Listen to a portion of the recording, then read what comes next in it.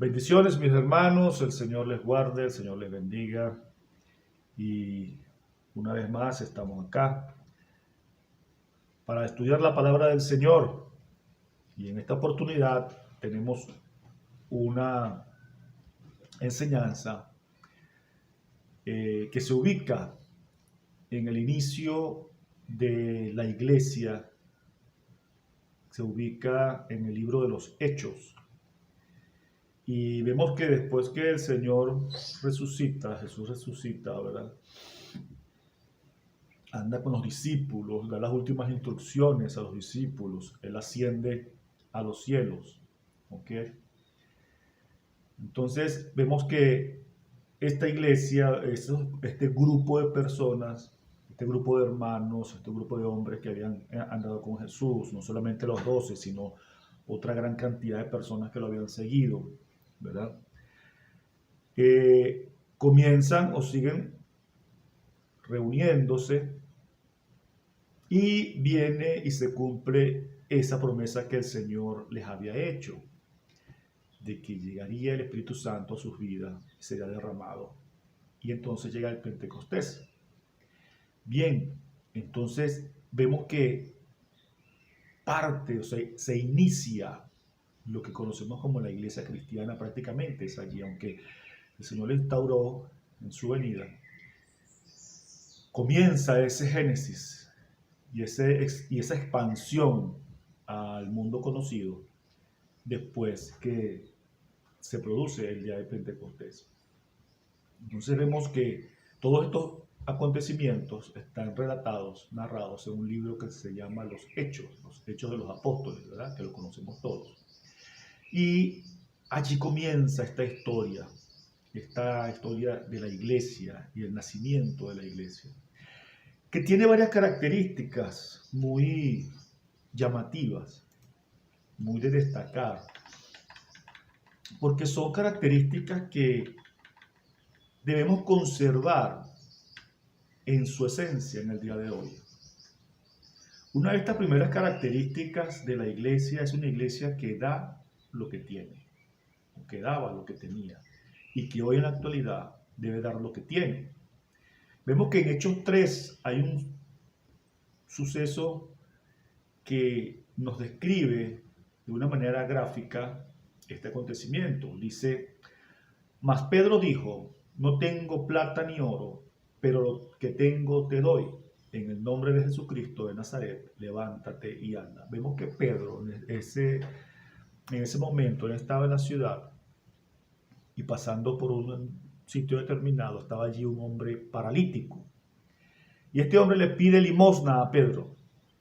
Pedro no cargaba en ese momento nada material que darle a este hombre, y yo creo que fue lo mejor que pudo pasarle a este hombre, que Pedro no cargara nada que darle. Entonces es allí cuando Pedro le dice: no tengo ni oro ni plata, o sea, no tengo nada que darte, pero lo que yo tengo te doy. Había algo que no faltaba en la iglesia y que no debe faltar en la iglesia. Y entonces Pedro le dice que él se levante y él sana a este hombre. Este episodio protagonizado por este hermano Pedro, y cuando hablamos de Pedro no solamente debemos ver ese gran apóstol, sino también un miembro más de la iglesia, un componente más de la iglesia, en este caso un componente directivo de la iglesia, pero que cumple todas las funciones y que tiene todas las características de un integrante de la iglesia. Entonces, cuando sucede esto, ¿verdad? Vemos que él le dice a este hombre que se levante. Vemos que él está dando en ese momento lo que él tenía. Jesús no solo mandó explícitamente a dar, sino que, o sea, a dar en un solo aspecto, porque cuando nosotros pensamos en dar, siempre nos limitamos al hecho de dar algo a alguien que está necesitando de forma física, de forma material. Pero nosotros no debemos encerrar esta idea solamente en ese elemento. ¿Por qué?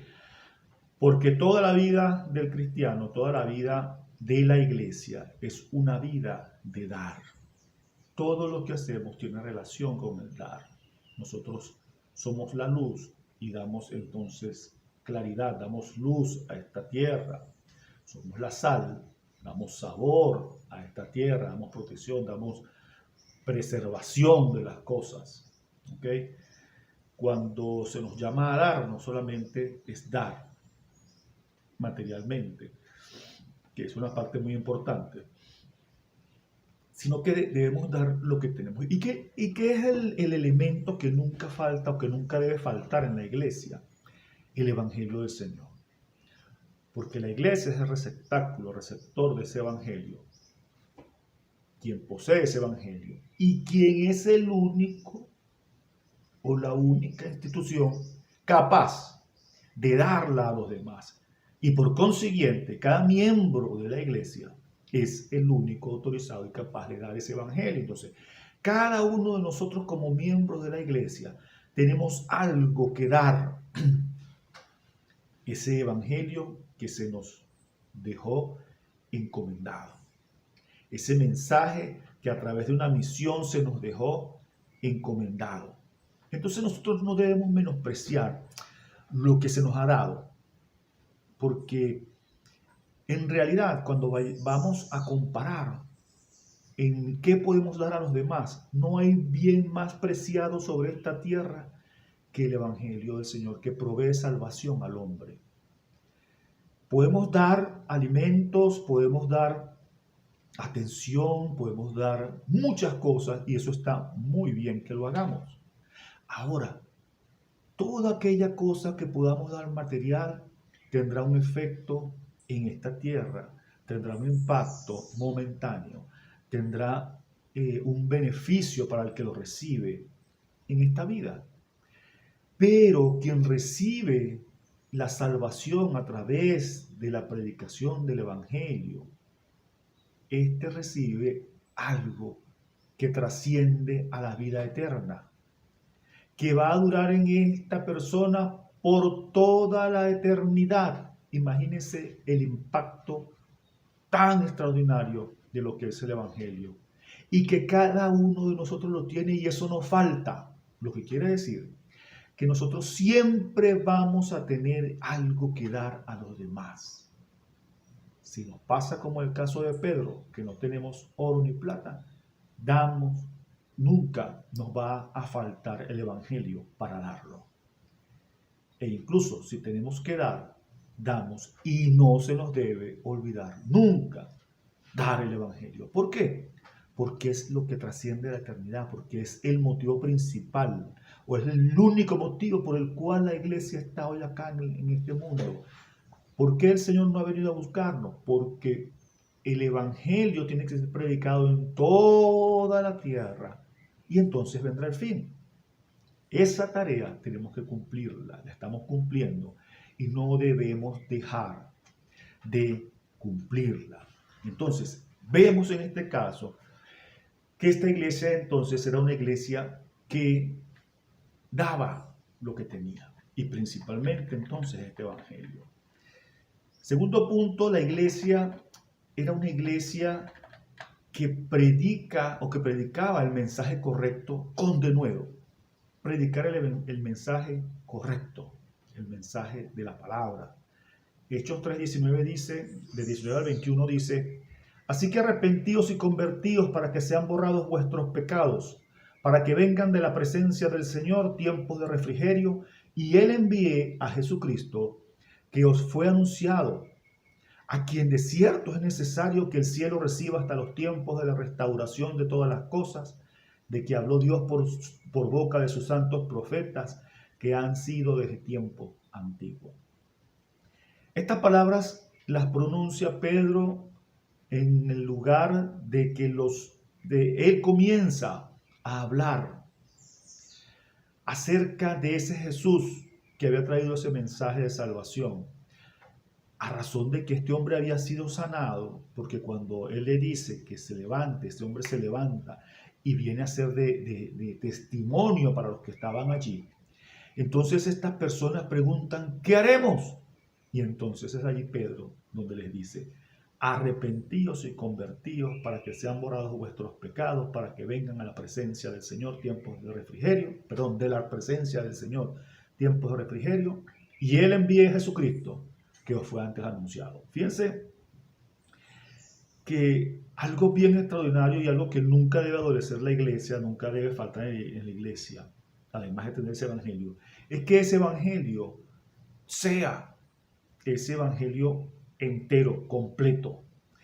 Y acá Pedro nos describe cómo debe ser esa predicación del evangelio en estos cortos mensajes, en estos cortos versículos. Sin la intención de él enseñarlo, él lo está enseñando. Él nos está dejando una guía, un ejemplo de cómo debe ser esa presentación del evangelio. Y primeramente, él dice, arrepentidos y convertidos. O sea, él llama la atención a la condición pecadora y el reconocimiento por parte del hombre de su culpabilidad. Porque antes de estas palabras, él le dice, ustedes mataron al hombre que vino a dar la salvación. Ellos lo crucificaron. Pedro llamó a estas personas a que reconocieran que eran pecadores, a ver su condición de pecado. Él les dijo que eran prácticamente unos asesinos. O sea, él les dio a ver a toda la multitud, aunque se lo dijo que lo habían hecho por ignorancia, como una descarga, ¿verdad? Pero él llamó a la atención a ellos, a que ellos vieran que eran unos hombres pecadores, que ellos tenían una condición perdida, que su fin iba a ser la condenación eterna. Él entonces indica eso a las personas y es algo que nosotros debemos hacer cuando predicamos el evangelio. Lamentablemente muchas veces pretendemos atraer a las personas al evangelio pintándole paisajes idílicos. Y resulta que el evangelio es algo más. Y el evangelio toca y desnuda al hombre en su realidad, porque esa es la realidad del hombre, eso lo dice su palabra. Por cuanto todos pecaron, están destituidos de la gloria de Dios. No hay quien entienda, no hay quien busque a Dios. El hombre está hundido en su pecado y muchas veces no lo reconoce, no quiere darse cuenta o por su misma naturaleza no se da cuenta en el error en que anda y en que anda en perdición y caminando hacia la perdición, hacia la condenación eterna. Por lo tanto, entonces que el evangelio debe indicarle a las personas su condición de pecado, indicarle a las personas que están fallando y que necesitan entonces, ahí viene el segundo punto, cuando Pedro les dice que se arrepientan y se conviertan, es llamar al arrepentimiento. Cuando nosotros predicamos el evangelio, primeramente debemos hacer ver a la persona que es pecadora y llamar al arrepentimiento.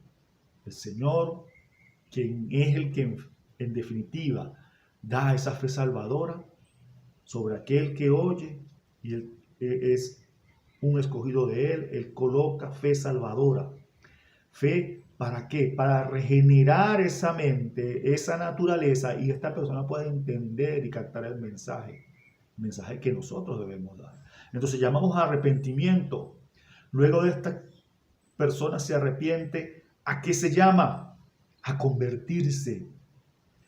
Porque después del arrepentimiento viene entonces la conversión.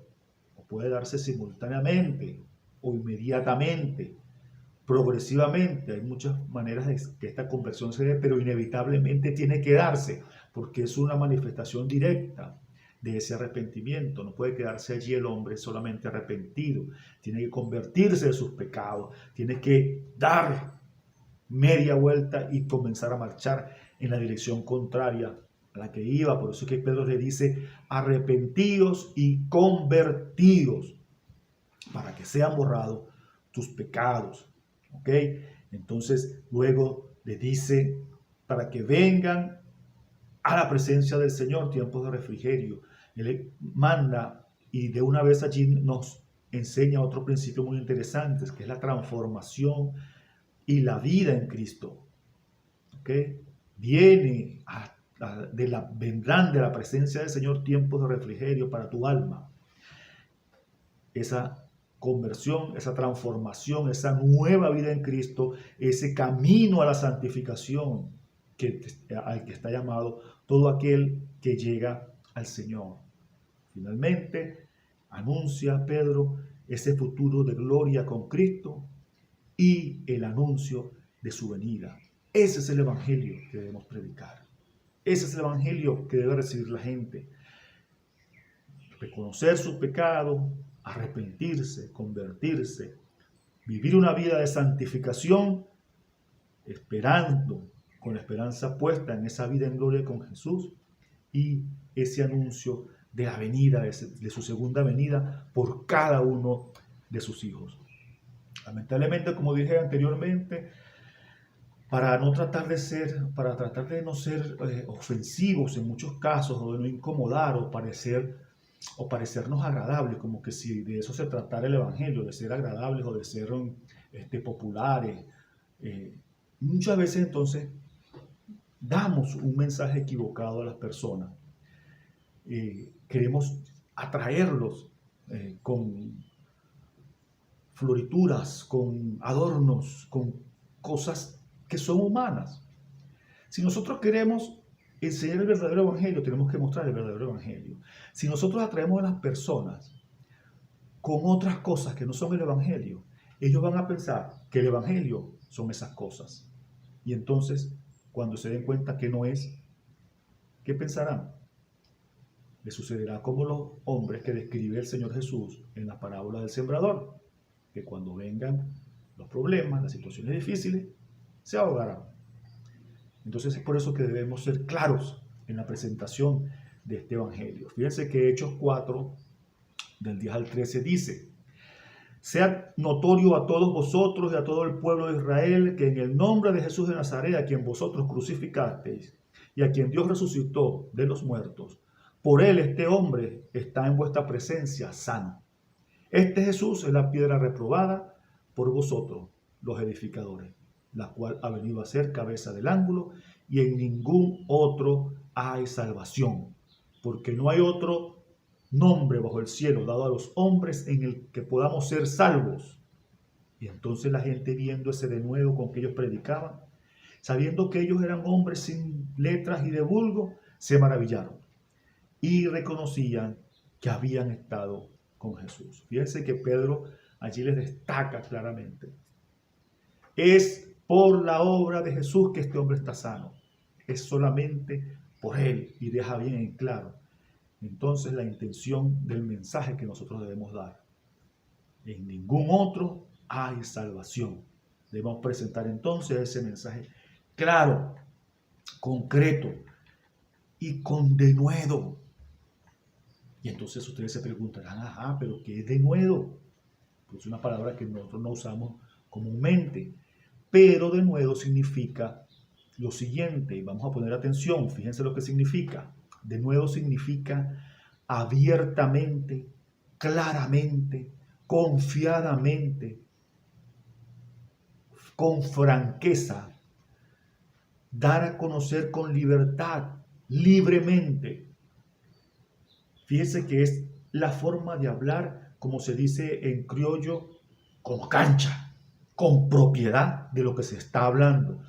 Si usted tiene el evangelio, y usted debe hablar con ese interés, con ese ahínco, con ese ánimo, como cuando se habla de las cosas que nos gustan y nos convienen. ¿Cuántas veces usted ve a muchas personas que les cuesta dar testimonio del Señor Jesús, pero cuando están hablando de política y criticando a los oponentes políticos, tienen un léxico y una lengua, pero bueno, de las mejores? O de deporte, cuando hablan de su equipo preferido, y si se consiguen con otro del equipo contrario, se forman tremendas debates y hablan con propiedad, porque saben y averiguan.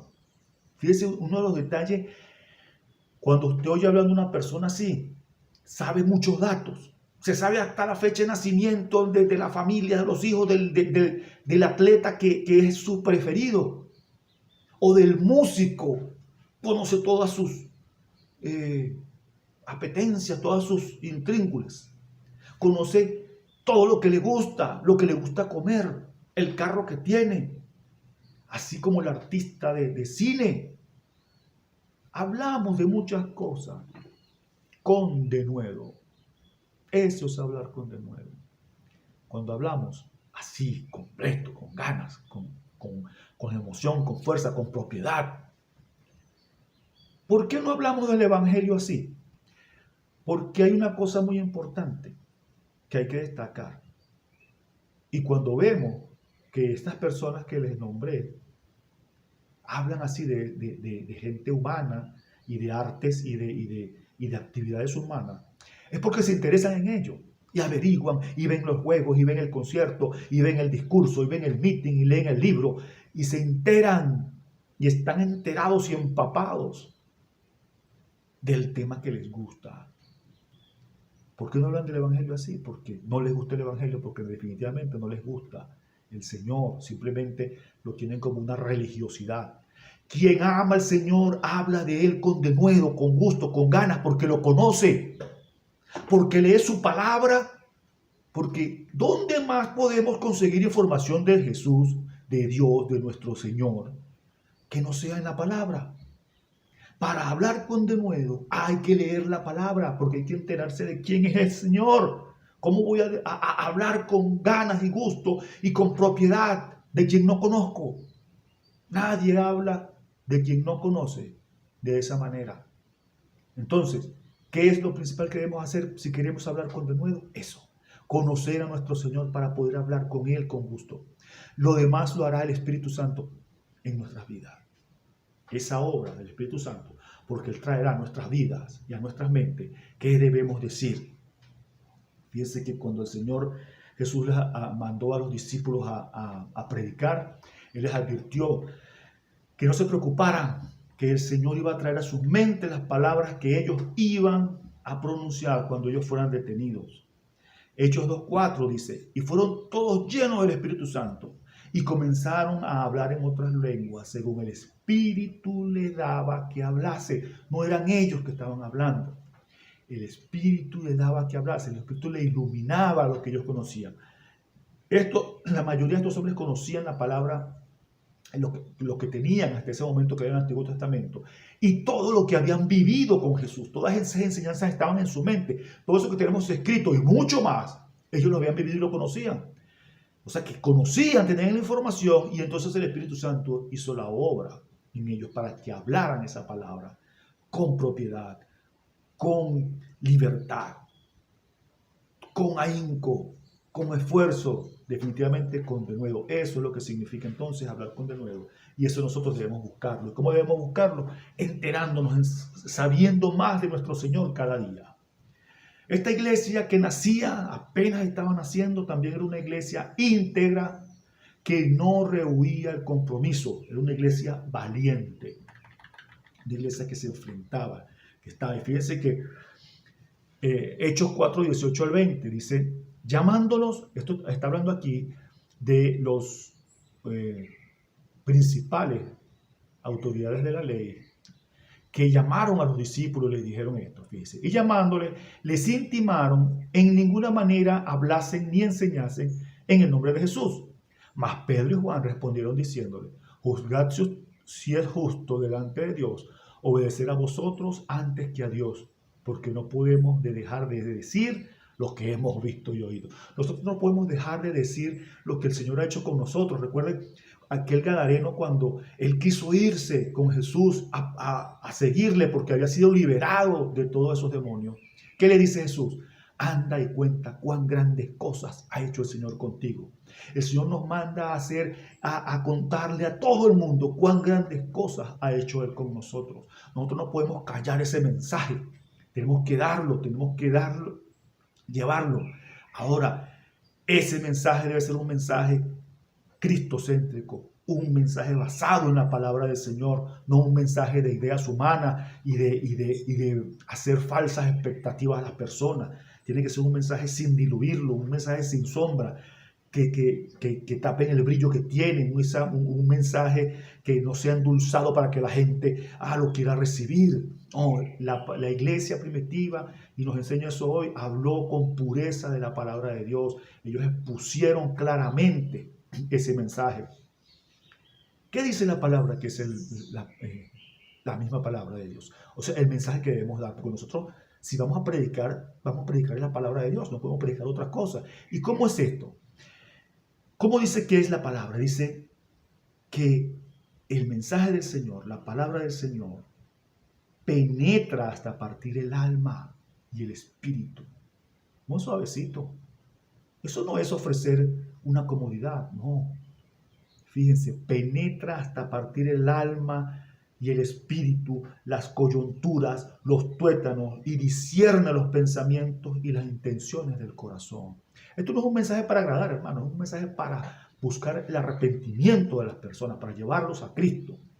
Es un mensaje que no puede ser presentado sino, como dice la palabra, con denuedo, con claridad, con fuerza, con libertad, con propiedad. Y es un mensaje que debe llevar definitivamente al arrepentimiento de las personas. Ahora bien, esto no va a ser algo que muchas veces va a ser muy bien visto. Esto en muchas oportunidades no nos va a hacer populares, no nos va a hacer agradables o el alma de la fiesta. No, Señor, porque recordemos que vivimos en un mundo caído donde las personas en su perdición, en su pecado, transitan, y solamente la obra del Señor en sus vidas es la que los lleva a arrepentimiento, a través también de nuestro mensaje, de la predicación de nuestro mensaje. Y fíjense que esta iglesia no le importó ser blanco de crítica, blanco de persecución, blanco de desprecio, no. Cuando ellos fueron hostigados y perseguidos, ¿cómo oraron al Señor? Ellos oraron de esta manera: Señor, mira sus amenazas y concede a tu siervo que con todo de nuevo hablen la palabra. O sea, ellos estaban pidiendo al Señor: Señor, ocúpate de esa persecución, de esa gente. Nosotros lo que queremos es seguir predicando el Evangelio. Ellos no le dijeron al Señor: Señor, quítanos a esa gente de encima. Señor, sácanos de estos problemas. No. Ellos dijeron: Señor, permítenos que podamos seguir predicando este Evangelio con denuedo, como debe ser. Ante la iglesia, ante la amenaza, la iglesia se paró firme y siguió adelante. Y fíjense que en Hechos 5, 41 y 42 vemos que dice: y ellos salieron de la presencia del concilio gozosos de haber sido tenidos por dignos de padecer afrenta por causa del nombre de Jesús. Y todos los días en el templo y en las casas no cesaban de enseñar y predicar a Jesucristo. No fue un impedimento para ellos sufrir la persecución, no, más bien ellos se sentían gozosos de haber sido tomados como dignos. O sea, era algo digno haber sufrido por el Evangelio, haber sido perseguidos por el Evangelio, haber sido criticados, despreciados, desechados. Ellos tenían ese gozo en sus corazones. Y una cosa que no debemos confundir, que pasa muy a menudo: la gente confunde los padecimientos normales de esta humanidad, como no poder tener algo, o no poder conseguir algo, o no poder gozar de algo, como un padecimiento por la causa de Cristo. Y no, nada más alejado de la realidad. Los padecimientos por la causa de Cristo son estrictamente aquellos que se producen por seguir a Cristo, porque esos padecimientos comunes también los tiene la gente que no conoce al Señor, que no consiguió esto, que no tuvo acceso a esto, que se le fue la luz, que se le fue el agua, que hasta cuándo la economía así, bueno, todas las cosas que critican y por las cuales la gente se angustia. Y ahí está la diferencia. Cuando la gente, cuando los cristianos se ocupan en las cosas que no son de Cristo, se angustian, no van a conseguir respuesta a su pedido. Ocupados en vuestra salvación con temor y temblor, es lo que dice el Señor. que busquemos primeramente el reino de los cielos. Y el reino de los cielos no es comida ni bebida. Entonces, pensemos eso y busquemos lo que es realmente de la causa de Cristo. Y así quizás vamos a sufrir por esa causa. Y entonces debemos estar contentos cuando eso suceda. Debemos estar gozosos de que somos partícipes de los sufrimientos del Señor también. Por último, la iglesia era una iglesia que tenía todas las cosas en común. Era una cosa impresionante, y cómo ellos, con lo que hacían, fíjense que dice que todo lo que había, toda la multitud que había creído era de un solo corazón, un alma, estaban unánimes, juntos. Ninguno decía ser suyo propio nada de lo que poseía, sino que tenía todas las cosas en común. Nosotros normalmente es lógico pensar que aquí se está hablando de cosas materiales y de suplir la necesidad en conjunto de los hermanos. Pero no solamente este pensamiento llega hasta allí. Era una iglesia que estaba unánime, que tenían todo en común porque no se consideraban unos superiores a otros. Esto es un ejemplo tremendo de la unidad del cuerpo de Cristo. Lamentablemente, nosotros nos hemos dejado influenciar por la cultura de la sociedad, a influencia de la sociedad, y hemos traído a la iglesia estructuras que no son de Cristo. Hemos traído a la iglesia estructuras y conceptos que lo que han hecho es dividir a la iglesia. Entonces, hemos estratificado a la iglesia, la hemos llenado de jerarquías. Hay jefes y de diferentes grados. Impulsamos la meritocracia, impulsamos cosas que parecieran buenas, pero que en realidad, cuando vamos a la palabra, no están de acuerdo a la palabra. Ninguno tenga de sí un concepto superior al que debe tener, dice la palabra, sino que piense de sí con cordura.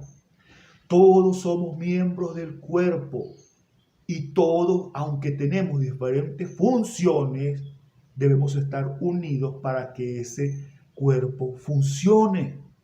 La unidad, esa unidad que el Señor se preocupó tanto, que antes de partir, antes de ir a la cruz, allá en el aposento alto, Él pidió al Padre: Padre, que ellos sean uno como tú y yo somos uno. Eso tan importante, a lo que el Señor le dedicó tanta importancia, no debemos despreciarlo. La unidad de la iglesia. Todas las cosas en común. Debemos ser unidos, hermanos. Debemos promover el hecho de que mi hermano, por más humilde que sea, o menos estudios, o menos capacidad tenga, es tan igual y necesario e importante y merece lo que muchas veces le reservamos solamente a líderes o a personas destacadas. No, hermanos, esto no debe ser. Nosotros debemos ser lineales en nuestra relación en la iglesia. Para que el cuerpo de Cristo funcione, todos los miembros tienen que ser estimados con la misma importancia. Tienen la misma vitalidad, porque por más que sea un miembro despreciable, dice la palabra, nosotros no podemos despreciarlo, porque si no funciona, entonces no funciona el cuerpo. Esa es la idea de esta imagen sí, que presenta la palabra del Señor con respecto a la iglesia, al compararla como un cuerpo compuesto de muchos miembros. Entonces, es por eso que esta iglesia primitiva nos enseña que ellos tenían todas las cosas en común. Eran un cuerpo, era un conjunto que funcionaba a la par todos, dándole la importancia de vida, el cuidado, la protección, la atención, el amor a todos, no a uno más que al otro, porque no merecemos ninguno de nosotros, ni siquiera lo que hemos recibido del Señor, porque todo lo hemos recibido por gracia, porque a Él le plació en su misericordia dárnoslo, porque no merecíamos nada. Así que, hermano, ese llamado tenemos que darlo, tenemos que ponerlo en práctica. Seamos uno, como el Señor y el Padre son uno. Dios me los bendiga, mis hermanos, el Señor les guarde grandemente y nos estamos viendo en la próxima clase.